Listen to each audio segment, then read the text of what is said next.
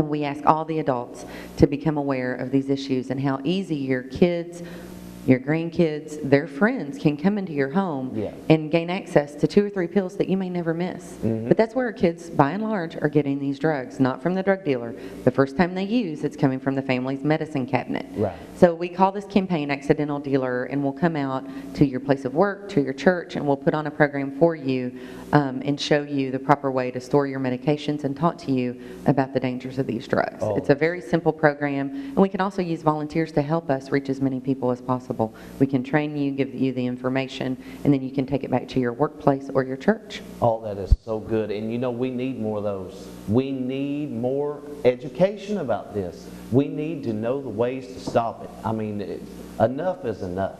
Yes. I mean, it's getting out of hand. And our kids know more than what we do. Right. You know, every year at the last week of July, we have a camp at the University of the Cumberlands called Camp Unite, and it's a free camp for kids who can't afford to go otherwise. And many of the kids may be in foster care or have parents that are in jail, or they're being raised by their grandparents because of addiction by their parents. This year we were doing a driving exercise we show the kids what it's like to drive a golf cart. We set up a course for them sober, and then we put the goggles on that simulates drinking and driving, and we show them what it's like, you know, what the difference is just after a beer or two. We talk to them about the first thing that goes when you drink that beer, the first thing that goes is your judgment, and that's when you begin making bad decisions. And this little girl sat down on my golf cart, and I was getting ready to take her through. She was the first girl of the day, and I started talking to her about making bad decisions. She said, "You don't have to tell me about any of this stuff." She said, "My mom died of a drug overdose." Right. And I said, "Honey, I'm sorry." And she said, "It's okay. I knew it was going to happen." Just like she was talking about going to the grocery store. And it's just heartbreaking to hear these kids' stories. She said, "I learned all I need to know from my mom." She said, "I learned exactly what not to do." Right. And I just pray for that little girl and just think, you know, God give her the strength and give her the hope that she needs to get out of the situation, and let the things that she's witnessed become a testimony instead of another story, another statistic. Well, I tell you what, we're running low on time, but this has been phenomenal. We've got a lot of information, and once again, we want to give out these numbers.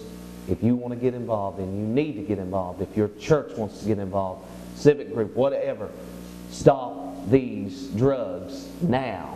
That's what we need to do. What's those numbers again? How can they contact you? They can contact us if they know somebody that needs treatment. It's 866-90-UNITE.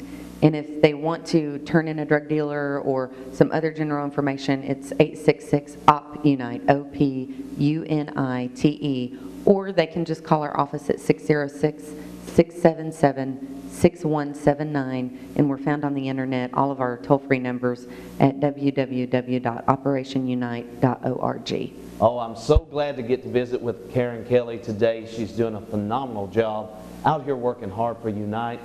And I want to leave you with one final thought. There's a lot of people in the jail, in the Laurel County Jail, in the Manchester, wherever, in the jail, thinking to themselves, if I had it to do over, I wouldn't have touched it. And that could be you. Think about it. Until next week, this has been Local and Community Issues and Answers with Jonathan Lawson. Thank you. Thank you, Jonathan.